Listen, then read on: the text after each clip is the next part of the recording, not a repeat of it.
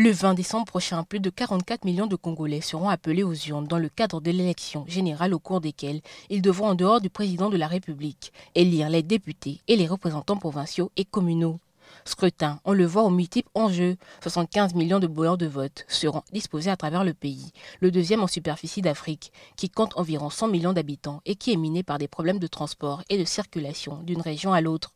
Quand elles ne sont pas carrossables, les routes n'existent pratiquement pas, ce qui rend difficile l'acheminement dans le cas d'espèce du matériel électoral d'un point à un autre. La route, les transports aériens et maritimes, tout cela pose problème. Autre souci que rencontre la RDC, le financement des scrutins qui incombe au pays à lui seul, les bailleurs de fonds ayant opté pour ne pas lui venir en aide. Le gouvernement de Kinshasa devra donc débourser 1 milliard de francs alors que les caisses de l'État sont exsangues. Qu'à cela ne tienne, la commission électorale s'attelle à faire que ces élections soient une réussite. Que dire du casse-tête de l'Est où persiste la violence entre armée nationale et mouvement M23 que Kinshasa dit soutenu par Kigali? Il a été, dans cette région, difficile d'enrôler une bonne partie de la population.